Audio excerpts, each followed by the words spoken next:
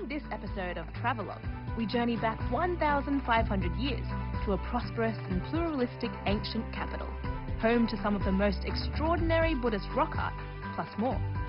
This is the first of a special 3-part series in Datong. Exciting!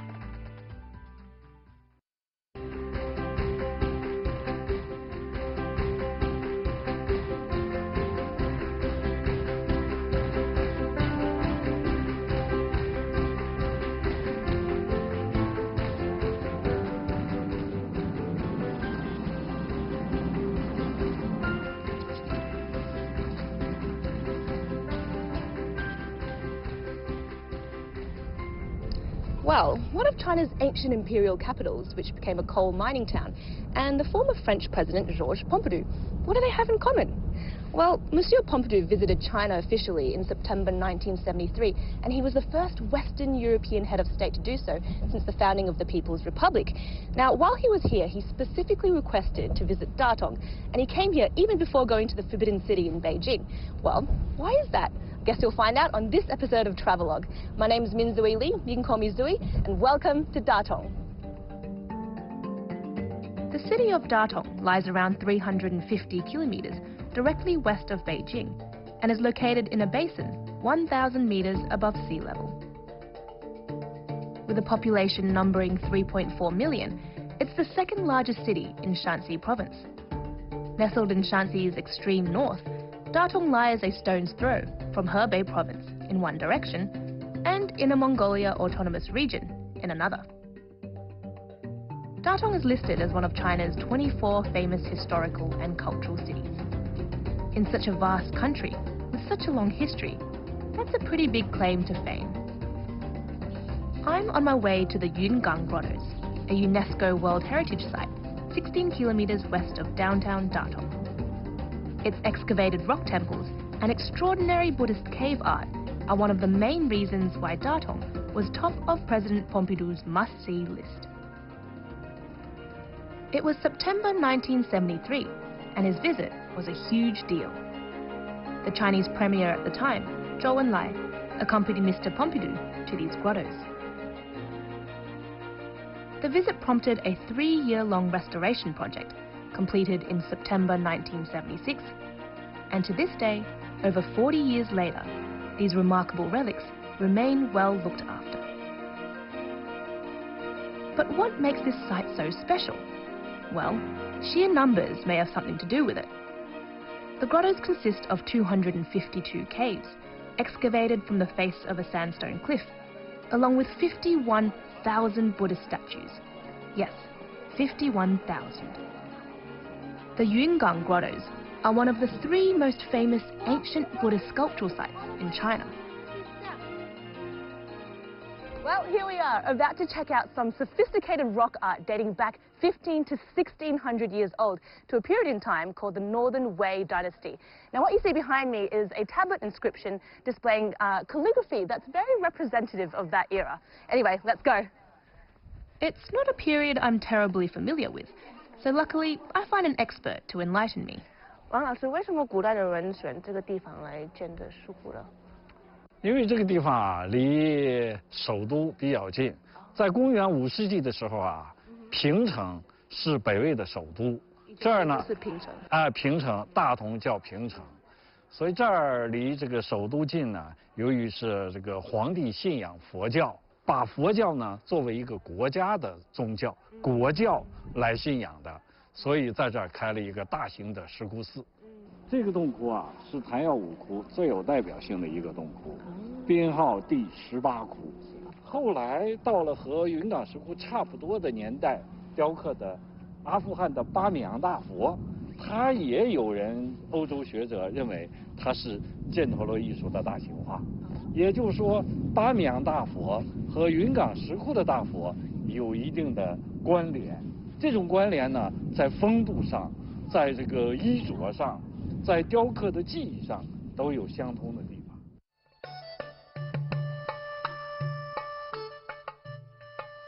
Gandhara is a style of Buddhist art that developed in what is now northwestern Pakistan and eastern Afghanistan between the 1st century BC and 7th century AD. It was a fusion of Greek, Syrian, Persian, and local artistic influences, and spread all the way to China. 就是这个胁侍菩萨头左右上侧有5尊造像，这5个造像呢叫佛的弟子像。弟子像呢，它也是一种多元文化的体现。你看，从左边看，左上手那个风化严重的坍塌与下壳呢坍塌那个呢，那是亚洲人的形象。哎，往右边中间这个是欧罗巴人种欧洲人的形象，在这边呢又是个亚洲人的形象，再下来呢又是个欧洲人，这边又是个亚洲人。也就是说，弟子像也是全世界各种人都可以做佛的弟子，这个意思。另外的话呢，也说明了一个云冈石窟啊多元性，这种艺术的多元性。And Yungang grotto art is exceptional in terms of scale and splendor, and all immortalized in stone. It's a type of ageless art that sculptors today, 1,500 years later, are still trying to reproduce, on a much smaller scale, of course.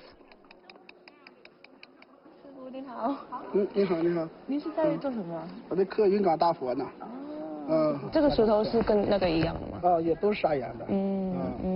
我看那边掉了很多，还是破坏了是吗？风化的。风化。它现在是个露天的，它最怕水了这个石头，它常年这个水冲刷的这个颗粒，它会往下掉呢。再一个就是冬天下雪，它会上边有覆盖的雪嘛，到第2年春天它一消的时候，它也会往下掉，所以形成这个咱们现在看到的这种风化、这种古朴那种感觉。I'm gonna ask him whether I can try though. 我可以试一下雕吗？可以。He couldn't say no. Oh my god. Okay. I find that instead of looking at the actual Buddha, I'm looking at his face to see if there's horror written all over it. But yeah, it's difficult work. My arm is getting tired, I'm not gonna lie. But very therapeutic here in these peaceful surroundings. I'm hearing the tap, tap, tap of the hammer. But I think my work is done here. I'm gonna give this back to him. I'd like to see what this looks like in the future when it's all finished though. 好，还回给你吧。谢谢。不客气，挺好。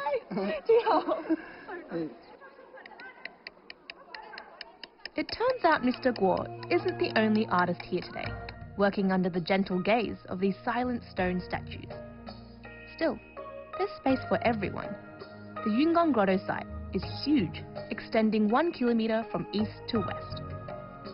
The Big Buddha is said to resemble the emperor who unified the war-torn northern region of China and founded the Northern Wei dynasty. It's in one of the first caves excavated. Temple construction began around the year 450 or 60 under the eminent monk Tan Yao. The imperial decree was to commemorate the spirit of past Northern Wei dynasty emperors, so they were deified in the form of Buddha statues. Well, while I was here, I noticed that there were quite a few people using these sculptures as inspiration for their artwork, and I can see why. They're these grand, gorgeous relics that have really stood the test of time. It's quite mind-boggling, isn't it? What I really like about them is that they're all smiling. You know, they've got these great content expressions, and it's like watching multiculturalism in action. So I've decided that I'm going to try and capture my awe in my very own masterpiece.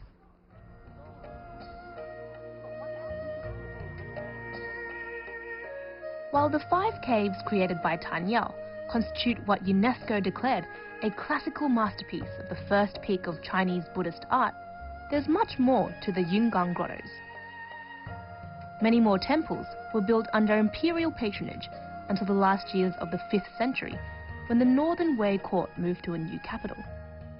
The last caves were commissioned by private individuals until regional uprisings finally brought construction to an end in the year 525.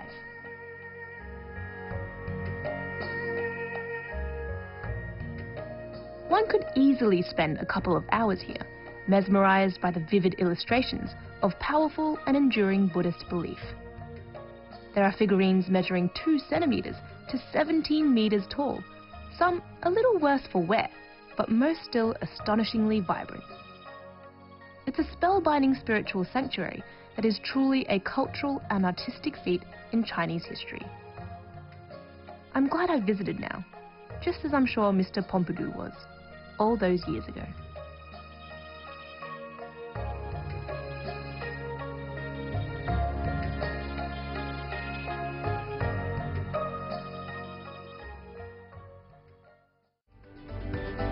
Coming up next, building up a ravenous appetite on the resurrected Datong city wall and satisfying it with Datong copper hot pot.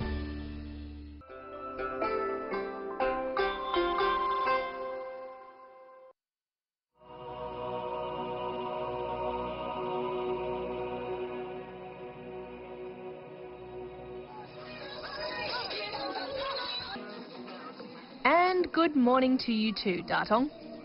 Apparently, it's just another average day in this northern Chinese city, and as per contemporary Chinese convention, wherever there's adequate public floor space at dawn or dusk, it's highly likely it'll be invaded by workout troops. I just absolutely love morning exercise regimes in China. Just the coordinated outfits, the group mentality, it's awesome. Well, now that I've done my warm-up, I reckon getting up that city wall should be pretty easy, right? That's if I can still breathe. The Datong city wall is 14 meters high and encloses the ancient part of town in a square area. One lap of it measures 7.2 kilometers, so I figure a rental bike is a brilliant idea. And, like I said, where there's adequate public floor space at certain times of day, chances are there's a workout troop there. This, however, seems to be a rather unusual sort of fitness pursuit, closer to a catwalk show than a cardio regime, but it definitely adds some colour and music to the surroundings. The city wall is free of charge to clamber up, and I suppose being 12 meters wide at the top makes it the ideal stage for a strut. What's going on here? It's like some modern fashion parade / dance routine. It's almost too picture perfect though, isn't it? You've got the very distinct Oriental architecture and then the very distinct Oriental dress here. These ladies are wearing the qipao, perhaps better known as the Chongsan, which was made popular in Shanghai in the 1920s and 30s, but this is Datong in the 21st century. The city wall, originally built in 1372, is now freshly rebuilt, like much of Datong's old city. Its revival was part of a recent plan to breathe new life into the ancient capital, with hopes it would regain its Ming Dynasty splendor, when it was a key strategic center. Using official government records, sketches, maps and photographs from the early 1900s, Datong's former glorious self is taking shape again. I'm trying to make sense of this very cute illustrated map of Datong's old city, and unsurprisingly it's all in Chinese, so I'm having a bit of trouble, but there's this very large miniature to help me, and I reckon I've just found the north, south, east, west gate, and around here looks like there are plenty of ancient buildings and streets that we can go and explore, so let's go do that. A great thing about these old Chinese cities is that they're almost always built on a geometric layout, with a central axis and lanes that run north to south, east to west. And of course, there are landmarks like this multi-tiered watchtower to help you get your bearings. Rising from the northwest corner of the wall, this one is the tallest and by far the most majestic of the dozens of watchtowers dotted along its length. Locals proudly say it's the masterpiece of Datong, an imposing structure with 5 floors and 8 corners, remodeled using the highest level of architectural craftsmanship. Like the ancient original, the building is basically all wood, held together without a single nail. Amazing! From where I am, it's a pretty epic view of the city too. The old quarters inside the wall, and the built-up bits of Datong radiating towards the horizon.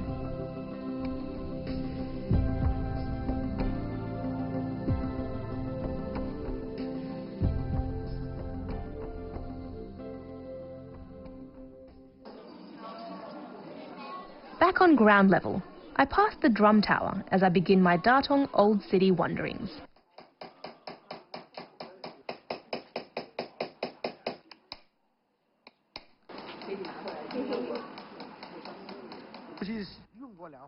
I'm not sure exactly what is drawing me to the shop, the incessant hammering or the metallic glint of the items on display, but I sure feel a magnetic pull. 我就进来看一下，您做的是火锅是吗？这是小的火锅挺漂亮的。这是以工艺做的火锅。那工艺看起来不容易，还是很辛苦的，一直在那边敲。好辛苦，慢慢的做。而且还有很多不一样的工具。不一样的蘸具大蘸子、小蘸子、芝麻丝蘸子这就行了这个火锅您是小时候就学做了吗？我从小就学的，17岁。17岁经常的学的。所以有多少年了？将近30多年了。有30多年了。好，now I know how old she is. Wow.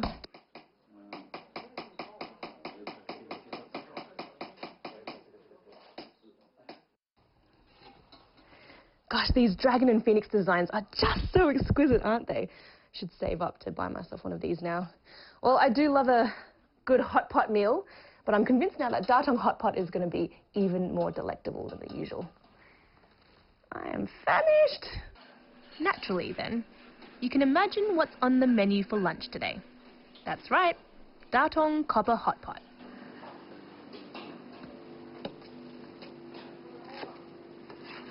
When French President Pompidou visited Datong in 1973, guess what he was gifted from the Chinese people?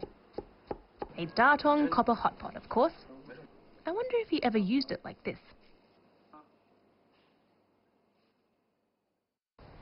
来尝尝大同的什锦火锅。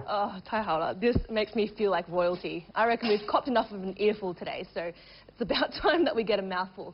好，那我先尝什么？尝尝这个肉丸。这个肉丸。它是由猪肉精制而成，肥膻瘦期做出的大丸子，肥而不腻，尝一尝。好。它跟我们的大同火锅结合非常完美。汤汁，并且呢，吃到嘴里面，这个汤肉鲜，汤美味，它那个肥而不腻。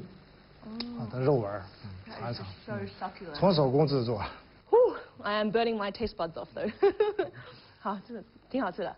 The copper conducts heat from the charcoal placed inside, so that the assorted ingredients like sea cucumber, sliced marbled pork, fried tofu and dried beans are stewed over dinner time, only becoming more and more flavoursome.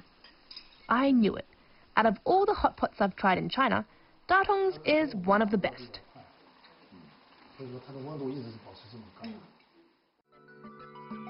Coming up next, Datong's ancient terracotta warriors on parade at the state-of-the-art City Museum and the knotty craft of ancient Chinese buttons.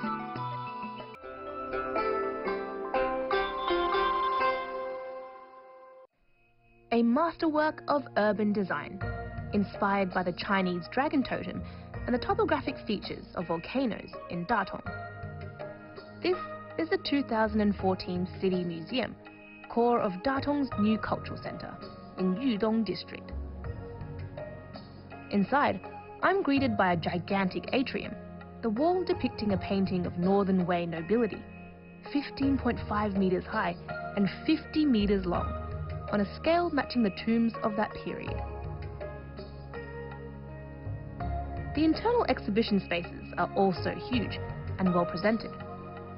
One area is entirely dedicated to artifacts from the dynasty we've been talking about this whole show, the Northern Wei or Bei Wei, years 386 to 534. One of the museum's finest articles, a red lacquer-painted wooden screen telling stories, paragons of female piety. The implausibly still vibrant screen was unearthed in 1965 from the same tomb as these mini terracotta warriors.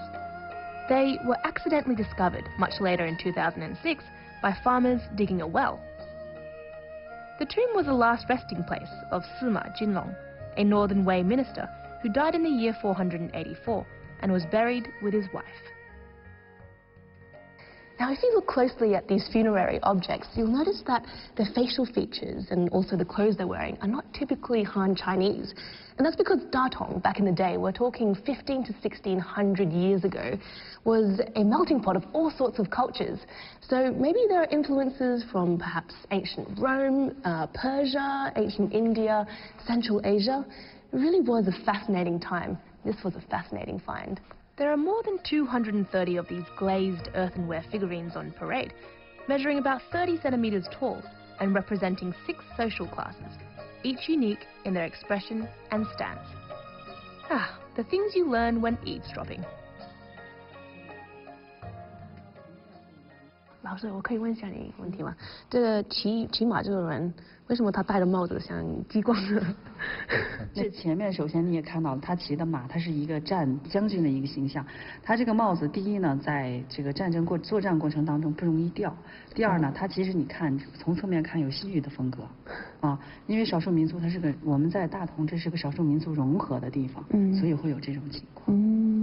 In other display cabinets, camels, revealing a nomadic economy, and statuettes of people of many different origins, not just the Han Chinese, the largest ethnic group in the country. Through the thousands of Northern Way objects on show, we see a very cosmopolitan chapter in ancient history. So, it turns out that the lady in the museum I was chatting to is a master of an art that some believe dates back just as long. I'm on my way to a workshop, hidden somewhere amongst the bountiful boutique shops of Datong's old city.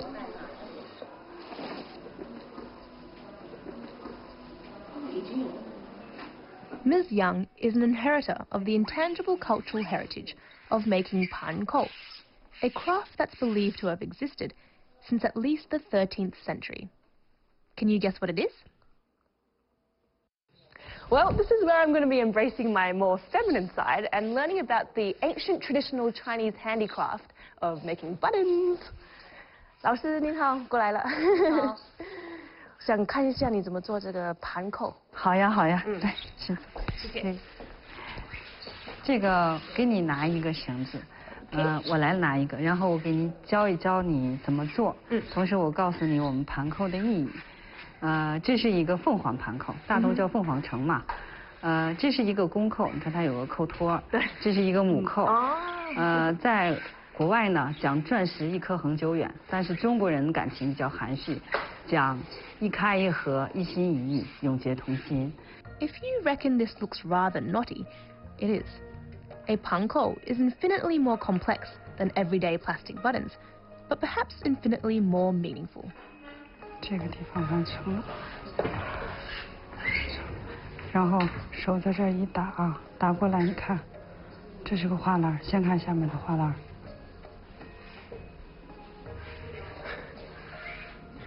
花篮过来以后，从这个地方绕到下面去，这个手始终这个线在上头不动啊，这个线，这个吗？对。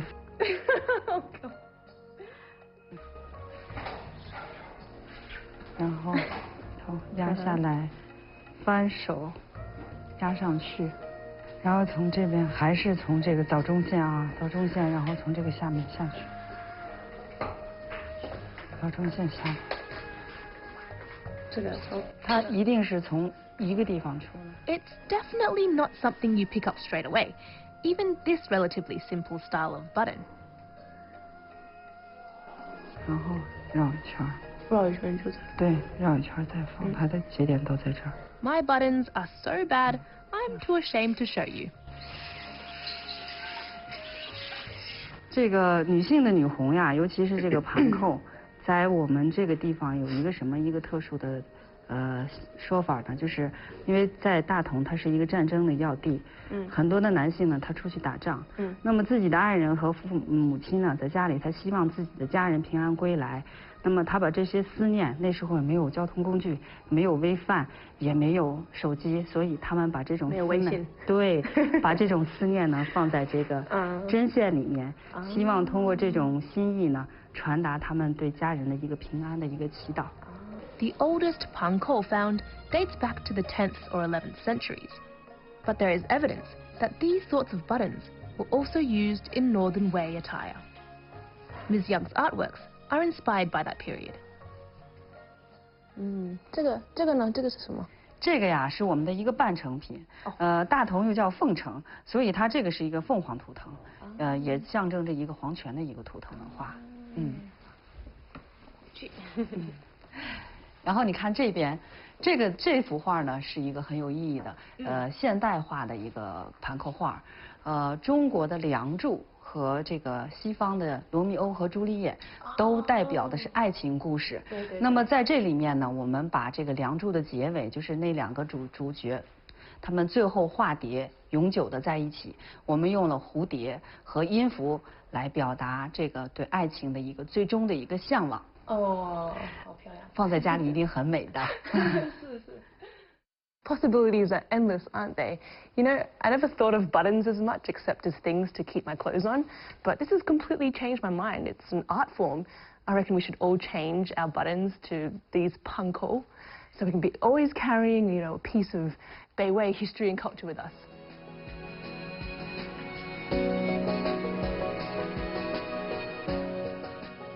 Datong, capital of the Northern Wei dynasty 1.5 millennia ago. A prosperous and pluralistic city that is today home to prominent religious sites, superb crafts and appetizing cuisine. After somewhat shedding its more recent reputation as a coal mining town through extensive redevelopment, Datong is once again exuding its former glory.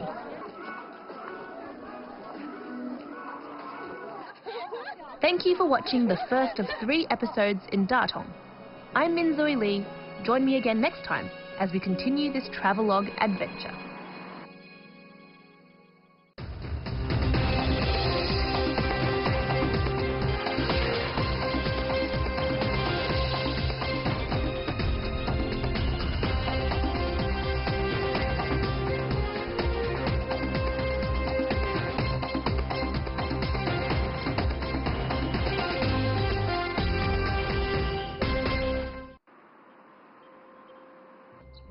In the next episode of Travelogue, we go from walls of dragons to the most famous wall in the world.